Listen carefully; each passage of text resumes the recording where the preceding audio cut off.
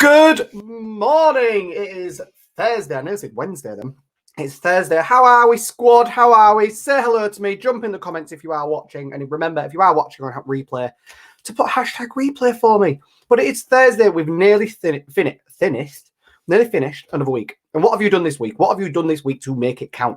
Because that is what matters. But yes, so you are watching Kwak TV, because why watch Kwak TV when you can watch Kwak TV with me, Calvin K from Kwak Talks? Yes, me, Cloris. I am Quackers in every aspect of the word.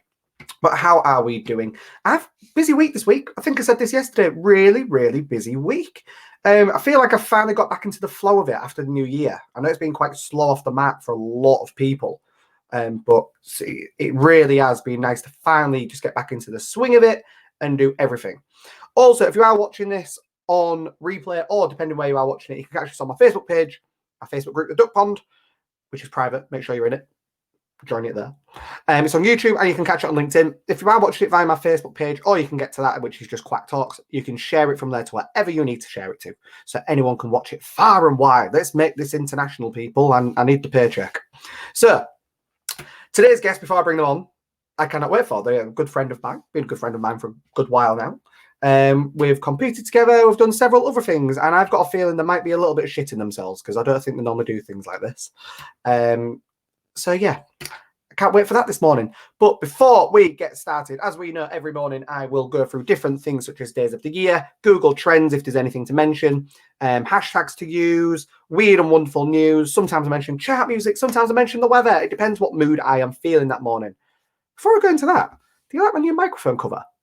Being on brand, people, I've got a yellow microphone cover. On brand all the time. That's me. So, your days of the year today, there is quite a few of them. Some of them definitely not Rona friendly. So we've got hugging day. So if you have got people at home with you in your beautiful bubble, you can hug them because it is hugging day. It is also play date day, which I guess you can do virtually. If you've got kids, make sure you can have a play date day virtually. That is way too many syllables for me to be able to say. Play date day, yeah. Don't like that. It's International Sweatpants Day. So we've been wearing them for about the past 12 months anyway, but today apparently is International Sweatpants Day. So once again, do with that as you will. And it is also Granola Bar Day. Granola Bar Day. Didn't realise that was a thing. You know, just where do these come up from? Like, just where? My favourite so far has obviously been Rubber Duck Day. That was like last Wednesday or something. Rubber Duck Day. I'm not going to argue with that. My favourite day. Once again, on brand. Speaking of which, I'm going to plug some people. Lorraine Kaplan from Windmill Print, whatever it's called. Mill Press Prints. 3D printed rubber duck. How cool is that? A 3D printed rubber duck. Love it. Absolutely love it. And I've also got my duck on a rope from Stacey Calder that I got at Christmas. Absolutely love it. And then my sister, for my birthday, got me a Star Ducks coffee cup. See what she did there. Clever. Oh, good morning, Mr. Gary Jones off the mark, the Grow Man himself, the podcaster. And I'm on Gary's podcast soon, actually. Gary, drop the dates in for your podcast that I'm on it, because I can't remember off the top of my head. And yes, and Lorraine is ace. She did your branded t-shirts, which are fab. She's absolutely wonderful. And do you know what? She's a barrel of laughs as well. She's like a walking bottle of tequila. And by that, I don't mean she's an alcoholic. I just mean she's absolutely hilarious. So, that's your days of the year, which is Hugging Day, Play Date Day, International Sweatpants Day, and Granola Day. There is another one that I don't really think really should be a day, in my own personal opinion, which is Women's Healthy Weight Day. Do with that what you will. And then your hashtags for today's. I like to go through hashtags for you to use on Twitter, because we should all be using Twitter, because as I watched a wonderful presentation by the one and only Taz Thornton last night, the hashtags you should be using today, because they are trending, is hashtag Thursday morning, hashtag Thursday thoughts, hashtag Thursday vibes, and we've got hashtag National Hugging Day. That is actually one of the hashtags this morning as well, tying in with Day of the Year. And is there any more? Real quickly, absolutely not. So yes, that's hashtag Thursday morning, hashtag Thursday thoughts, hashtag Thursday vibes, and hashtag National Hugging Day. Use them as you will. And sure thing, I'll be on the Grow Show on the 8th of Feb. Make sure you catch it on the podcast. So, today's guest, who I am about to bring on, young businessman, like myself. I went very whole then. Like myself. We met, competitions, things like that. We both started in a similar area, which is what today's topic of conversation is. Just going to be a bit about our journey, I think, and where we've got to where we are now. And I'm just going to perk him with a really big stick and just harass him. Oh, my pet robot's waking up. I don't want that. Oh God, honestly, you buy these pets and then they're just interrupting non-stop. Sorry about that. I've got a pet robot. So today's guest, with no further ado, good morning, Stephen. Good morning. How are you, Petal? Are you okay? I'm very well. How are you? I'm very well, thank you. Oh, how? You know, I know I talked to everyone before the show, but obviously I've got to the power of, shall we say, showbiz. Magic of TV. I've got to pretend like I haven't spoke to you yet. But how's your year been? Has it been okay? Good so far. We're only 3 weeks in, but yeah, it's good. Good. And how was last year for you? Very good. Which I do at times feel a bit guilty saying, given everything that happened, but it was very successful for me. No, you're not having any of this imposter syndrome shit, right? We're not having any of this shit. You're good at what you do. So, for people that just don't know who you are and what do you do, who are you and what do you do? What's your business name and stuff? I'm Stephen, and I run the Free From Baker, which is an entirely gluten-free bakery, which I run from my home in Leeds. I also dabble in doing dairy-free things and vegan things as well, but I'm celiac myself, so everything I make is gluten-free, and that's what prompted me to start the business. Yeah, and how long have you been doing it for now? So 2 years in March since I started. Well, happy birthday for March. Yeah, it really does. We met each other then, not shortly after you started. So yeah, because it was the first summer after I started when I did the markets and when we met. And then obviously last year, it just feels so weird talking about now because the kind of world just shut down and nothing. Yeah. I didn't see anyone for a whole year. But no, so for people that don't know who the NMTF are, that's the National Market Traders Federation. So for everyone that goes to these farmers markets or outdoor events where it's a market of some sort, most of them are sponsored or done on behalf of the NMTF. And me and Stephen competed in the NMTF Young Traders competition, which is for 16, I believe, year-olds to 30-year-olds, nationwide. It's nationwide competition. And they're held in different cities. They're not in, you kind of have your, can't remember the category. You have the one in your city, don't you? Then you get the semi-final. But it's like kind of areas. Yeah. And then we even though you was in York at the time, because you started on York Market, didn't you? I started on the Shambles, yeah. See, but that is an awesome place to start. It's beautiful. That is insane. Because when we was allowed to go back out again, I actually went to York and I was walking on the market and I genuinely was thinking about it. I was like, oh, this is where it's where Stephen started. I think they still owe me a free stall for a day, actually. But no, it's I'll take them up on it. But no, it was really, really cool because that's obviously where you started. And it's where many people start. And a lot of people do start on markets, such as myself. I started on markets with my original business, which is what I went to the competition for. So the competition was really cool, wasn't it? Because obviously we did the local one, even though the local one was York for you, and then the semi-finals for our county were held in York as well. York again, yeah. It was. I don't know about you, but for me, it was really, really good because obviously York's a big. Yeah, York is great as a place to host it, and also I think it was just nice to, because when I did the market normally, like I was the youngest person on that market by 30 years easily. Like traditionally, it is a very older person's game. Yeah. So it was nice that for the competition, at least everyone was under 30, and it was actually people who were all in similar boats to you, trying to get businesses off the ground. Yeah, and there was some people that was in it that had been competing in it for years. Like it wasn't just the first time they've done it; they do it every year normally. There's people that competed it in years, which is really nice because normally when people think of competitions like that, obviously you do expect it to be really competitive. But it was actually really supportive. A lot of people were going, "Oh, you haven't got this. Have you thought about that? Have you haven't got this? Have you thought about that?" I absolutely loved it. And then the final was held in Stratford upon Avon. Yep. That was awesome. That was really cool. That was Loved taking it. 2 days worth of baking down the country was a challenge, but it was really good. Right, at least you got to drive there. I had to get 3 trains with all of my stock, my POS, everything else, my display. The only thing I didn't have to take was a table because they provided them. Like, it it was insane. So, if no one's seen it, I will upload the picture today into my Facebook group, the Duck Pond, of me getting to this event because the box was massive. And I'm not sure if you remember it, Stephen, but it was absolutely huge. It was huge. I remember you saying using it as a seat on the train because you couldn't. Yeah, I did. I really. Yeah, honestly, it was massive. I remember when I came into the hotel with it, obviously a few people were staying in the same hotel, but they kind of just looked at me because everyone else had kept their stuff in the van and I'm there in this big box. And I'm like, hi, I'm here. Oh, bear with me. We've got apologies, you're late. You didn't want to function today. Good morning, Cara, who is on the show tomorrow. And Gary is saying more places in the UK should take part in this. Gary, the thing is, it's actually nationwide. It is, yeah.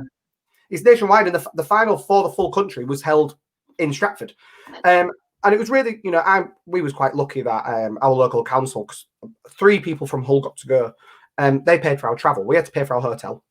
We had to travel. But what was nice when you was there was it really showed the support that the NMTF gave young traders. Because on the night after it, it was a 2-day event, one night, and we all went for drinks on that night, didn't we? We just kind of overtook. Yeah, it was so friendly. Like, it didn't feel like a competition at all. Everyone was just like more interested in like sharing your Instagram handles so you could follow each other and actually help each other. Yeah, and it's even better when you convince the president of the NMTF, who's from Hull, to buy everyone Papa John's, because that was a big bill. Everyone just convinced him because the place we went, they'd stopped serving food. Oh no, me and you had a meal, didn't we? Yeah, but it was very late. We were doing the market till 6 p.m. were we? Yeah, and then we had to go back, get changed, everything else. So we get organised the next day. Meal, but everyone else didn't really get one. And then it was like, oh shit. So the president was like, well, I can't let you all go hungry. So he bought everyone Papa John's. Like, awesome. Absolute mind blowing. What do you think you took from that to help you where you are now? Did you learn anything from it, for example, from like the judges going round or anything like that? A lot about pricing. Yeah, was very good because like making sure, simply comparing yourself to other people who are selling similar things helps.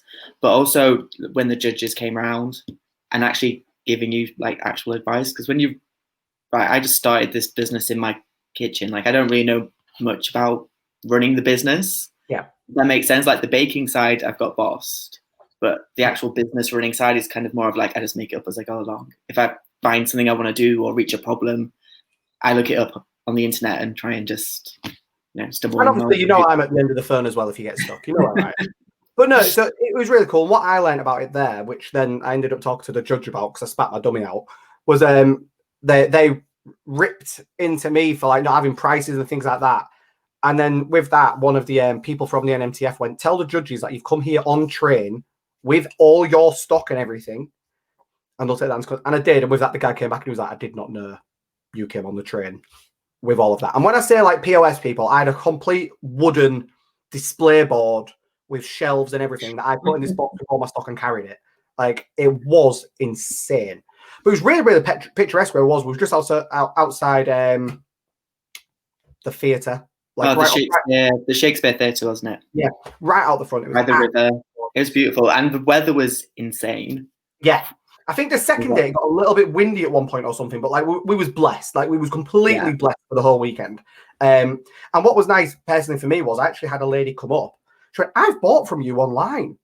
And in my head, I was like, I didn't get that many online orders at the time. I was like, I've not mailed to Stratford. And I went, oh, are you local? No. I live in Leeds. I was like, oh, right. Yeah. I've definitely mailed to Leeds a few times. And she was like, yeah, I recognise your brand. I've bought from you from Hull, aren't you? Like, that was so nice that someone actually recognised my brand in Stratford, whether it was from Leeds. Like, I've had the opposite happen, whereby, because I didn't start online until last spring, so like nearly 9 months after I'd been Stratford. But then I had people saying, oh, we bought from you in Stratford. We're so glad you're doing online because we live there and obviously can't come and collect a cake, but now you're posting cake. Like, we followed you so we can now buy, which was really nice. Good. And for anyone that's jumping in, if you jumped in late, for example, like Cara, Stephen is the Free From Baker and he makes gluten-free products and mails them to you. And they are fucking delicious, is what they are. That's I skived the odd couple of ones off him when we was at this event.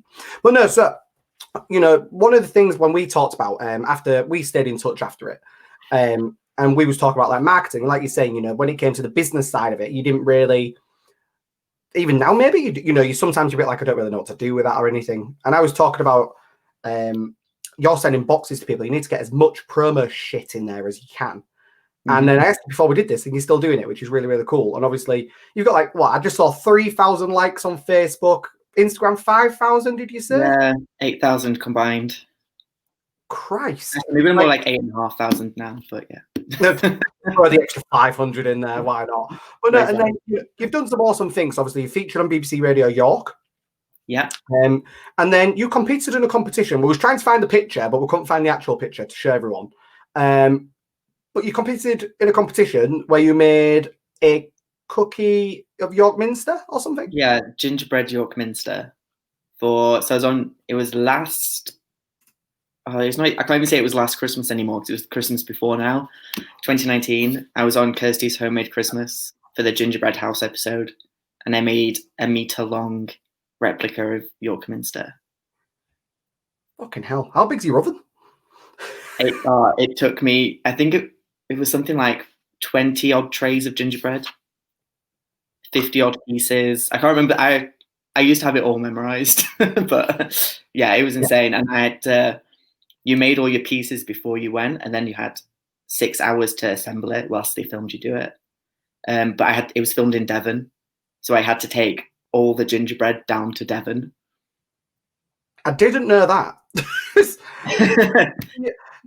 Okay, so you had to go all the way to Devon without breaking any of these biscuits. I made two of everything, just in case anything broke. But yeah, it was insane, and yeah. And if you don't mind me, who won? Oh yeah, I won. Yeah, I won. I won. Me, this guy. Yeah, good. And what did you win? It got featured on TV, I believe, didn't it? Yeah, so it's a Channel 4 TV show that they have every Christmas.